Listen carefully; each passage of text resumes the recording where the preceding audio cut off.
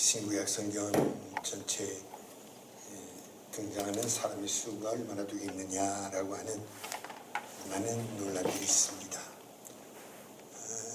대체로 방법은 이렇습니다. 두 번 나오는 사람 혹은 구약의 스바냐라고 하는 사람은 여러 차례 이름이 나오는데 동명이인 혹은 여러 사람들이 겹쳐졌기 때문에 숫자를 도무지 알 수가 없다는 거죠. 또 사람이 별명을 기록한 부분도 많이 있는데 예를 들면 베드로, 시몬, 게바 이렇게 여러 이름이 있지 않습니까? 이 모든 이름을 어떻게 할 것이냐라고 하는 것. 또 하나는 예수님의 비유 가운데 나오는 많은 인물들이 있는데 그 인물들의 이름도 성경에 나오는 여러 등장인물로 봐야 되느냐라고 하는 것.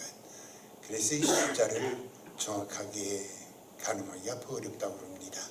그러나 대체로 학자들이 공통되게 말하는 게 있습니다. 신구약 성경을 통틀어서 이름들이 명확하게 나오는 수는 2200쯤 된다 그럽니다. 2197명인가 그렇게 된다 그럽니다.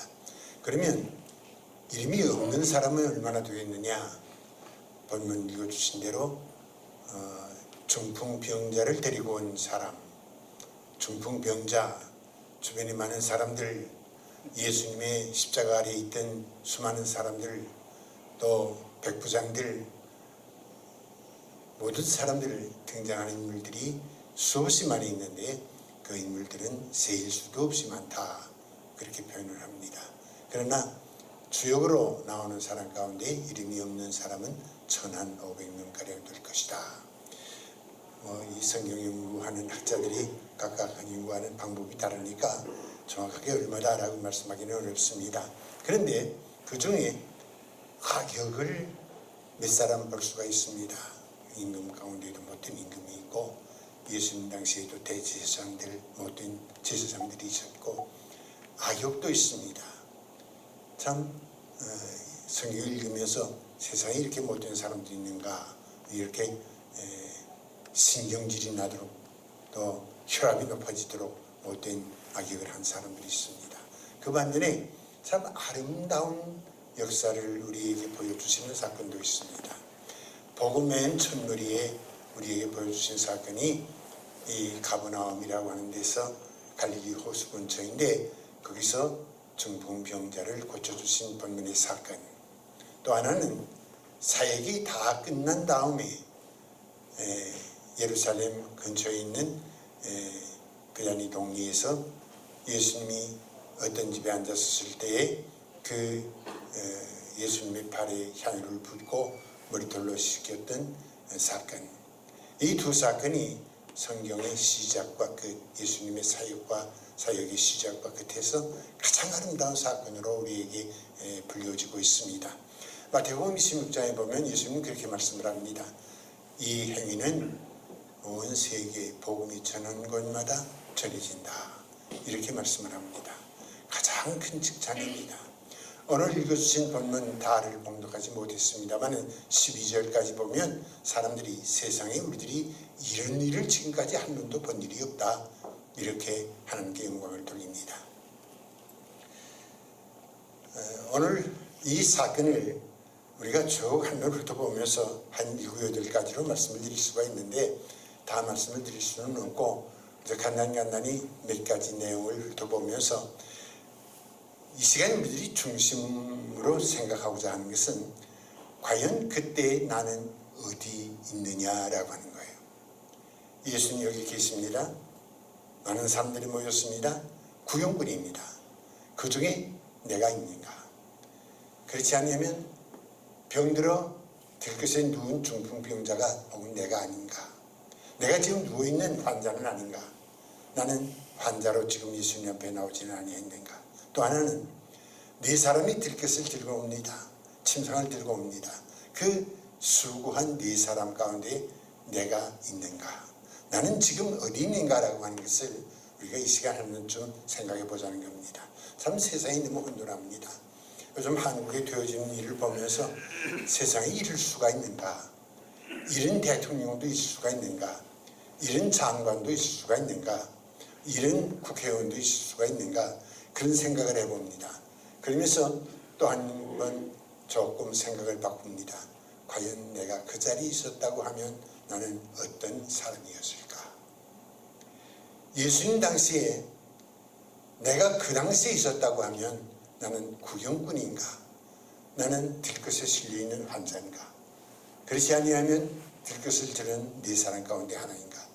내 자리를 한 번쯤 생각해 보자는 겁니다. 이게 본문에서 8가지를 우리가 생각해 볼 수가 있습니다. 그 하나가 예수님의 소문이라고 하는 말씀입니다.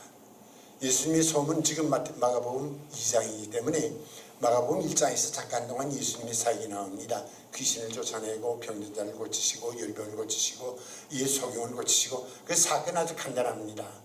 그런데 이제 앞으로 되어질 많은 예수님의 사역을 앞에 놓고 몇 가지 사역을 사람들이 벌써 알고 소문이 퍼지기 시작했다. 이 소문 첫 번째는, 그 다음에 두 번째는 말씀이 전해진다라고 하는 말씀입니다. 말씀을 전한다. 예수님이 우리에게 말씀을 전하기 위해서 오셨습니다.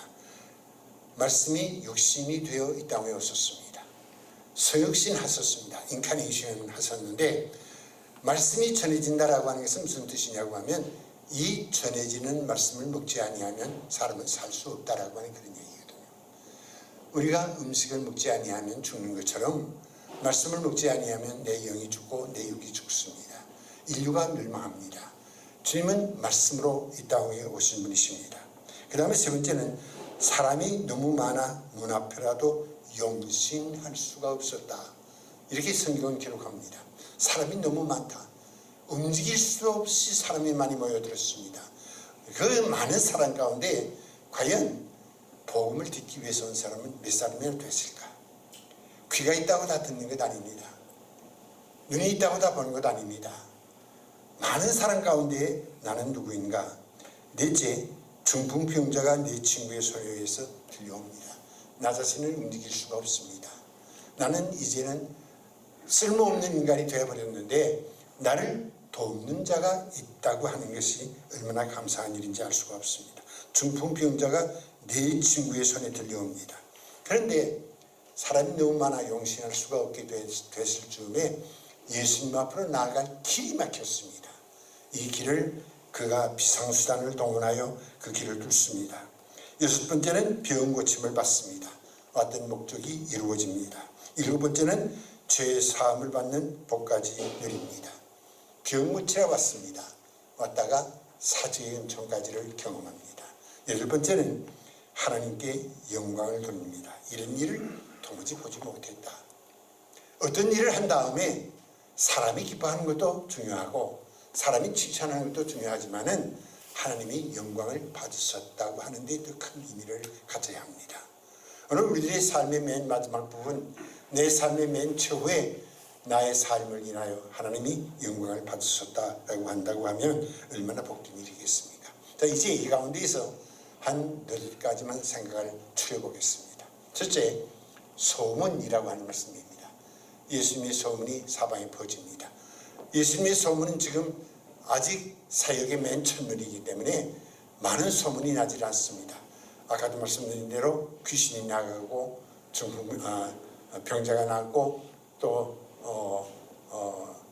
사람들이 많이 모여들어서 이제 간단한 사역이 마가복음 1장에 몇 가지를 기록합니다만 처음 소문이 차츰 더 확대가 돼가지고 좋은 소문으로 확장된다고 하는 의미가 있습니다.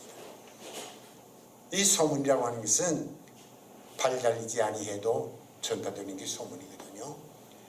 오늘 우리들에게 있어서 가장 귀중한 일은 바로 그런 소문입니다.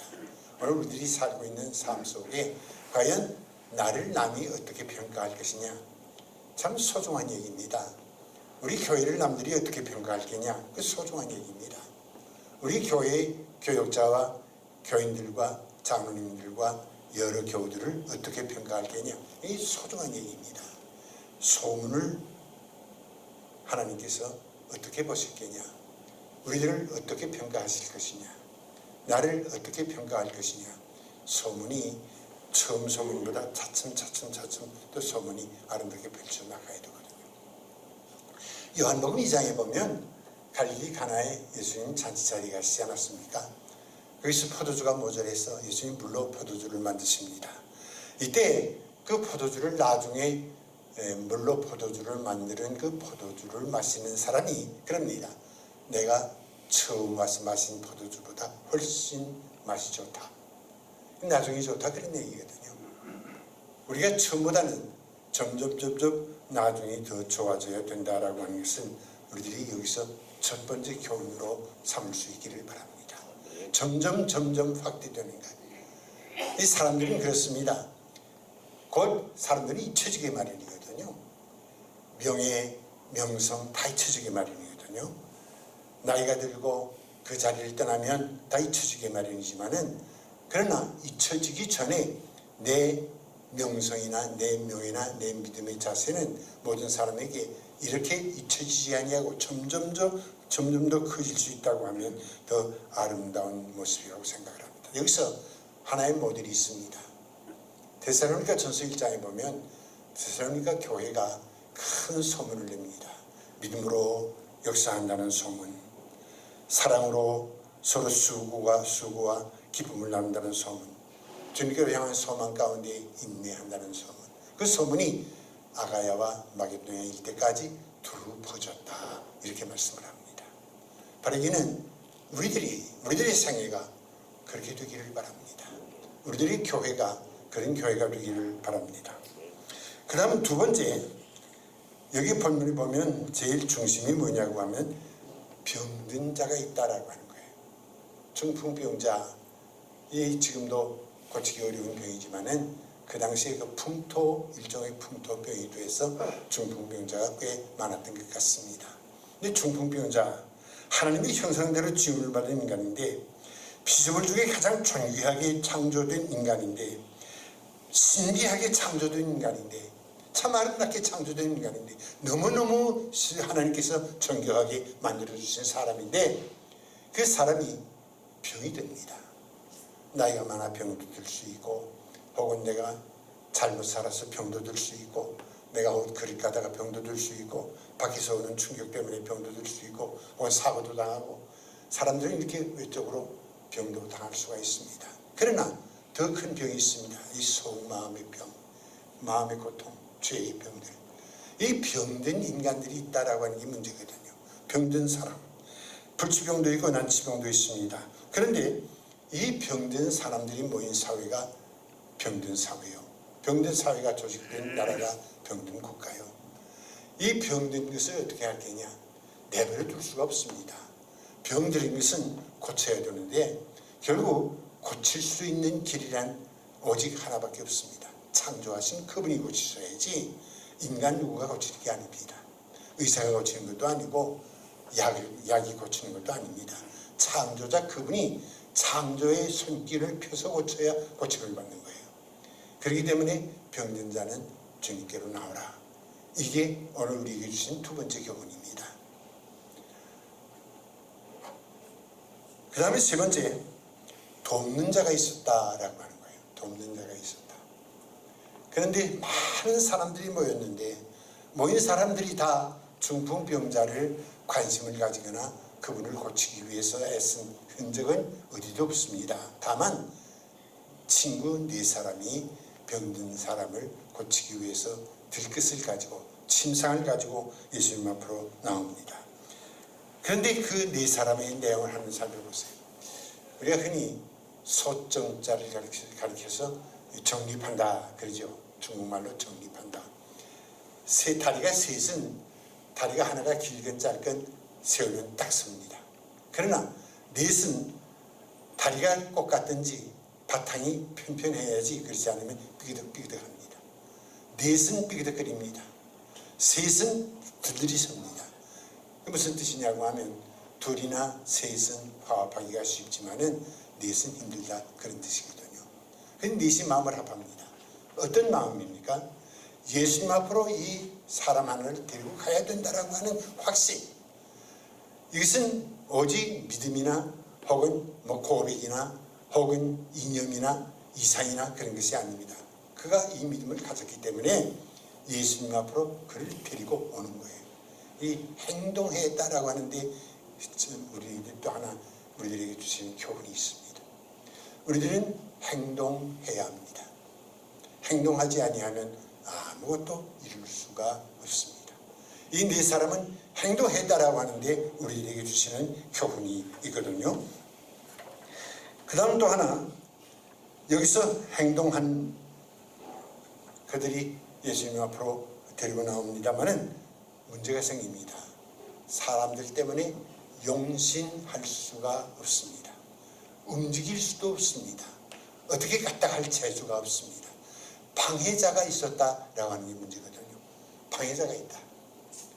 참 심각합니다. 마태복음 19장에 보면 어떤 아버지가 아기를 데리고 예수님 앞에 나와서 안수해 주시기를 바랍니다. 이때 제자들이, 어린아이들이 예수님 앞으로 나올 수가 없다. 예수님 지금 분주하시다. 지금 피곤하시다. 그러고 나오는 것을 금했습니다. 예수님 앞으로 나오는 것은 누가 금했느냐? 예수님이 제자들이 금했거든요. 마가복음 10장에 보면 소경 하나가 길가에 앉았다가 다윗의 자손 예수여 나를 불쌍히 여기소서 하고 소리 지르니까 따라가던 예수님을 따라다니는 사람들이 잠잠하라, 소리 지르지 말라, 이렇게 소리 지르는 걸 금합니다. 예수님 앞으로 나오고자 할 때 누가 반대하느냐, 누가 방해하느냐? 예수님이 제자가 방해했고 예수님을 따라다니는 사람들이 방해를 합니다. 오늘 또 하나의 교훈이 있습니다. 과연 나는 예수님의 제자로서, 주님의 종으로서, 하나님의 자녀로 예수님 앞에 나오는 사람의 방해자는 아닌가라고 하는 거예요. 나는 방해자 구실을 하지는 아니하는가라고 하는 두려움이 우리 앞에 엎지를 않습니다. 그 다음에 또 하나, 이렇게 방해자가 있을 때에 예수님께서는 어떻게 하셨느냐, 예수님 하시는 방법을 마지막으로 우리가 생각해 볼 수가 있습니다. 아름다운 행동을 보셨습니다. 그들이 주님 앞으로 나오는 모습을 주님은 보신 겁니다. 보시기 전에 벌써 그들의 행동 이전에 벌써 주님께서는 그들의 믿음을 보신 거예요. 아름다운 모습입니다. 우리들이 행동하기 전에 우리 주님께서는 벌써 우리들의 모습을 아시고 우리들의 생각을 감찰하시는 겁니다. 아무리 좋은 생각을 가져도, 아무리 훌륭한 계획을 가지고 있어도 두 가지가 안 되면 아무것도 안 됩니다. 그 하나는 행동해야 되고 그 다음 또 하나는 협력해야 합니다. 우리들이 다 얼굴이 다릅니다. 환경북도부터 시작해서 제주까지 우리들은 다 각각 다른 데서 났습니다. 우리들이 공부한 내용들이 다 다릅니다. 우리들이 산업이 전부 다릅니다. 사는 방법이 전부 다릅니다. 다른 사람들이 교회에 모인 거예요. 다른 사람들끼리 함께 만난 겁니다.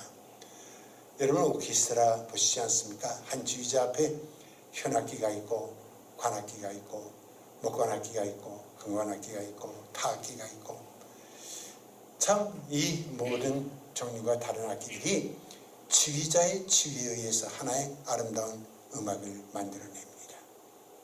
이게 협력하는 것이고 이게 하모니입니다. 생각이 다르고 생업이 다르고 모든 지나온 역사, 지나온 길들이 다 다르지만은 다르기 때문에 우리들 생각은 다를 수가 있습니다. 그렇지만은 이 다른 생각들을 함께 묶어서 조화를 이룰 때 여기서 조화가 뭐냐고 하면 헬란말로 코스모스거든요.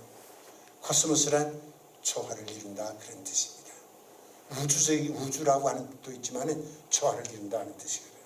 하나님의 교회는 이렇게 아름다운 조화를 이루어야 된다라고 하는 게 또 하나의 교훈입니다.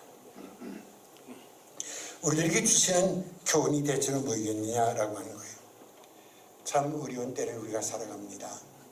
이제 한국이 교회가 점점 어려워지기 시작한 게 언제부터냐고 하면 지금부터 한 10년 전에 지금까지는 교회를 반대하는 세력들이 전부 땅속에 지하에 숨어서 은밀하게 교회를 반대하고 은밀하게 모략하고 그랬는데 10년 전에 여러분 그 샘물 사건 아시는 줄 압니다. 샘물교회. 샘물교회에서 선교팀을 아프가니스탄에 보냈습니다.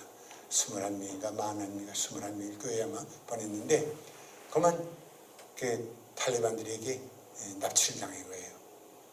그래서 41일 동안 갇혀 있었는데 갇혀 있는 동안에 인도하기 위해서 갔던 부목사가 총살을 당하고 또 대학원생이었던 32살이가 난 젊은이가 총살을 당하고 둘이 죽었습니다. 나머지 19명은 살아 돌아왔습니다.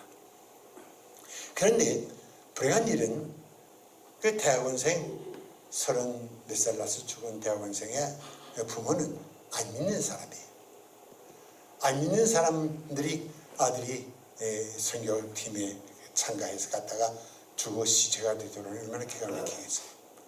그런데 또 하나 기가 막힌 건 정부에서 그 21명 납치당한 선교팀들을 구원해내기 위해서 한국 돈으로 200억을 지불을 했어요.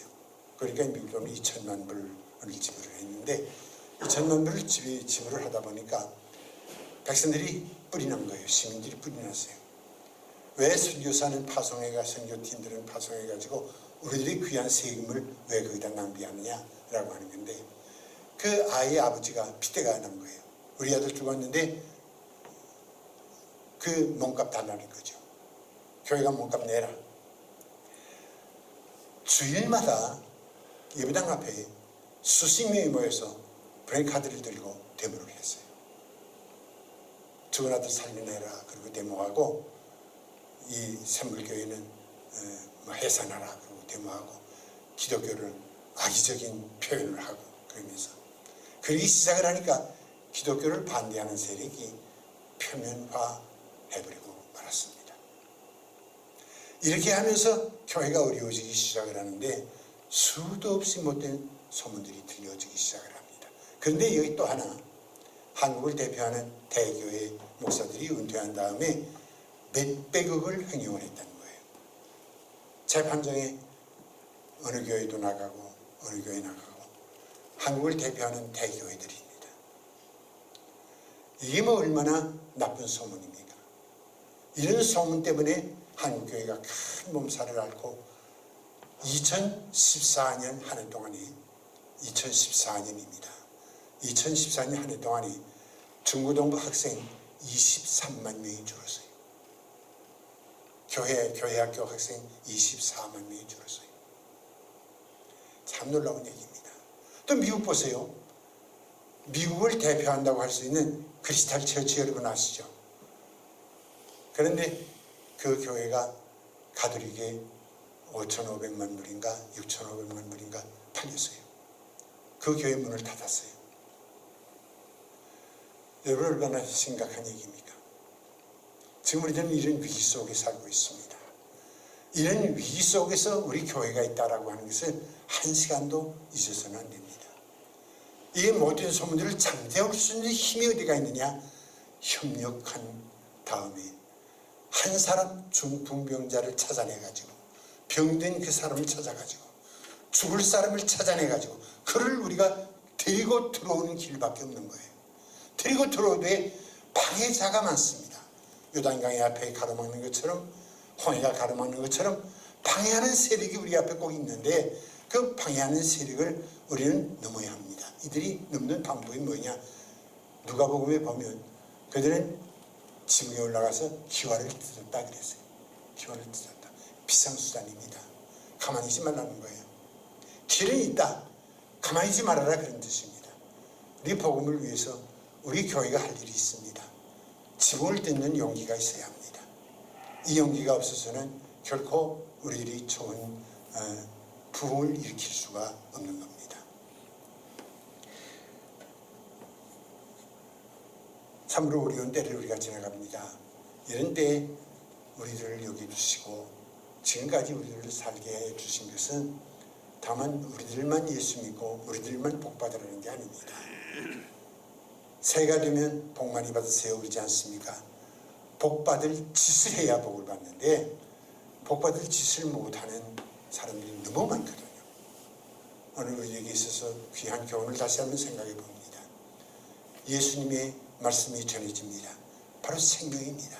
이 말씀이 땅에 떨어지게 해서는 안 된다라고 하는 것을 우리가 바로 이해를 해야 합니다. 바로 우리들의 소문은 적은 데서부터 큰 것으로 자꾸만 확산되어야 합니다. 데살로니가 교회처럼 믿음의 소문, 사랑의 소문, 인내의 소문이 퍼져 나아가야 합니다. 뿐만이 아닙니다. 병든 자를 찾아야 합니다. 내 주변에 병들어서 죽어가는 사람들이 이렇게 많은데 그 사람들을 찾아야 합니다. 내가 협력자가 되어야 합니다. 내가 협력자가 되어야 합니다. 방해자를 극복할 수 있어야 합니다. 방해를 극복하는 방법이 있습니다. 이 길을 우리가 비상수단을 써서 그 길을 열어야 합니다. 우리들은 가만히 앉아서 되어지는 건 아무것도 없습니다. 주님께서 우리들에게 명합니다. 협력하라. 이 땅을 다시 한번 새롭게 개척해 나가라. 우리에게 있어서 귀한 교훈인 줄 생각합니다. 신년벽두에 우리 교회에 주시는 귀한 말씀으로 귀 기울여 들을 수 있기를 간절히 바랍니다. 기도드리십시다.